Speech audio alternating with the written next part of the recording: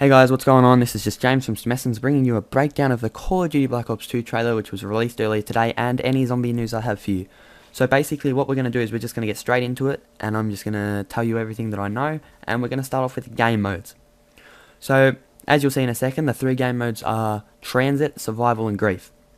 So let's start off with Transit. Transit is 4 players, so between 1 and 4, this is not 8 players, and it is a massive map, the biggest map they've ever had in Call of Duty.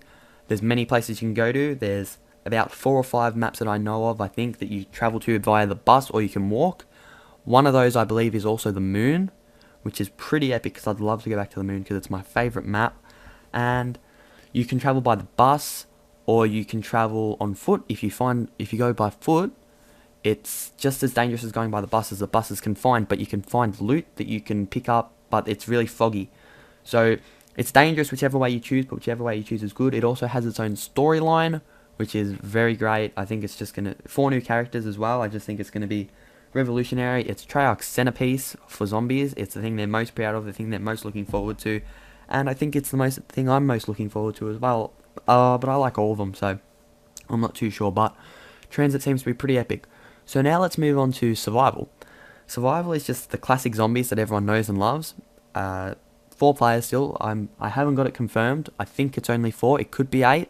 We'll just have to wait and see. But it is the normal zombies, just like you've played in World at War, Black Ops 1. It's just round-based survival, surviving, killing the zombies, working as a team, activating traps, getting your weapons, all the usual stuff that made zombies great in the original place, which is good. They've decided to bring it back, so they're not going to be like, oh, user fans of the original series, we're going to kill you off, and bring in new fans who will like the new version. But I don't know how popular Survival is going to be depending on how good Transit and Grief is. I think even I'll still play Survival a fair bit, but I think it's going to be interesting to see how popular it is. Now moving on to Grief. Grief is probably the most interesting game mode of them all, even though Transit sounds pretty amazing and more like a simulator, survival, realism sort of thing. But Grief intrigues me the most because it's 4v4, which is what everyone was looking for, and the main thing about it is you can't kill each other. It's last team standing, and it's a team versus zombie, and it's last team standing. But you can't directly kill your teammates, the opposition team, You can only basically try and get the zombies to kill them by taking your zombies towards them, ruining their train, anything like that, which I find really fascinating and going to be very interesting to see how it goes. So in the end, zombies, just the main things about zombies is just basically, I think it's the fact that it has its new multiplayer engine, and so they're going to be able to track more stats, and you can also edit your settings, so what round you start at, if you're too impatient at the start, if you don't want the box or any perks, so you want to make it more realistic, or if you want to make it headshots only, anything like that, you can do. It's just like private match, and there's custom settings. So now let's move on to the gameplay trailer. And there's honestly like a fair bit that I've found, but there's bits that I don't think are real, so I'm not going to point them out. As you can see, you're just coming in on the bus, and I'm pretty sure that this is all Transit gameplay, the trailer, so it's the open world campaign based game, like I mentioned before. Now this is where it gets cool. Out of service, and it just fades out, which is nothing interesting. See zombies, yeah, we've seen zombies before, but, you know, they still look cool, they move cool, they're beautiful, I love them. But here, the weapons, the Olympia's back, which is great. I love the well, I don't love the Olympia, but it's good that they're bringing back old weapons along with new weapons. It hasn't been announced what year level it's in, but I'm hoping that it's in the future, but you can still get some of the old weapons from Black Ops 2. But we'll just have to wait and see. Now, as you can see here, it goes to black, and then you see Samantha. Well, it's not officially announced to be Samantha, but we think it's the girl.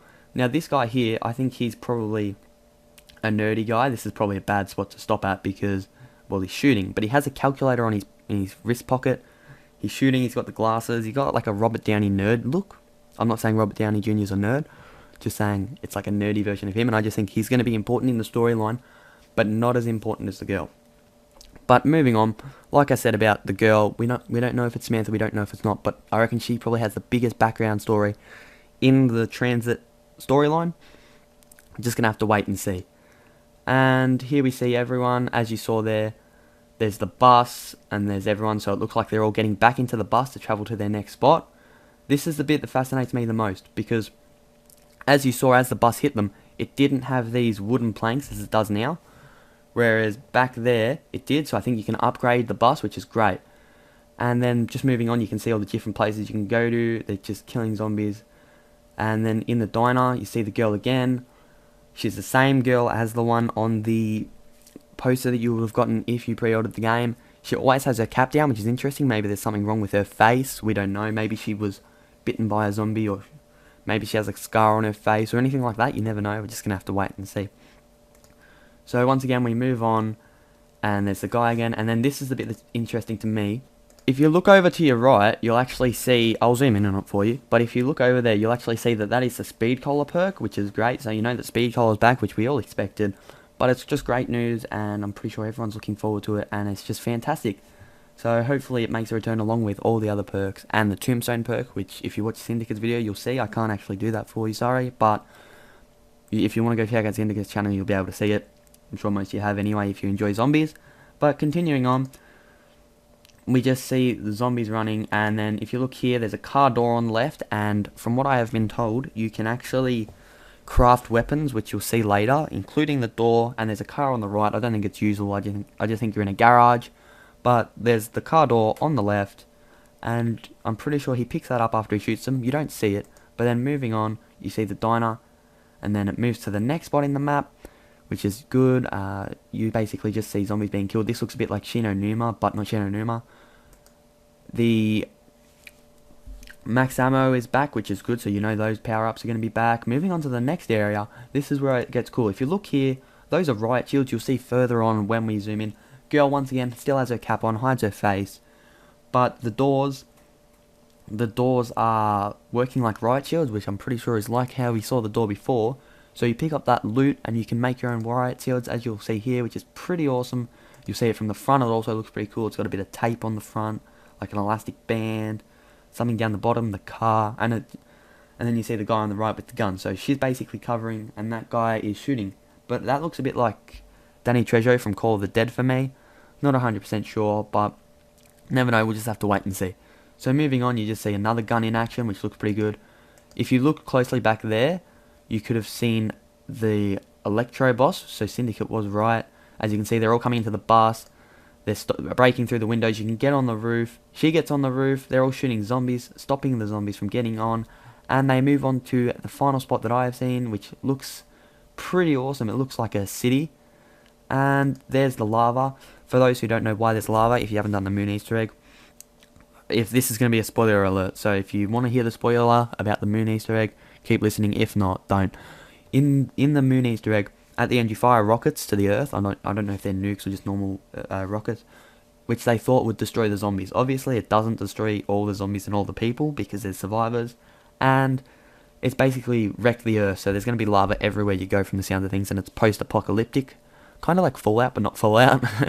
Bit stupid of a thing to say, but anyway. So that explains the lava and the cracks in the ground. And then you move on to here, and don't leave. Do not leave right now. This is the coolest part of the video. You see the wonder weapon in action. You look closely. This is the best view you'll get of it. And as you can see, if you look just outside of, like, just past the weapon, you can kind of see a bit of, like, icy smoke. So it kind of either reminds me of, like, a wave gun version of the wonder weapon from 5. I can't think of what it's called, but you know, the ice pistol, Winter's Fury. That's the one. I'm pretty sure people are gonna comment if they watch the video. They're gonna be like, "Oh my god, you're wrong anyway." So if I'm wrong, I'm wrong.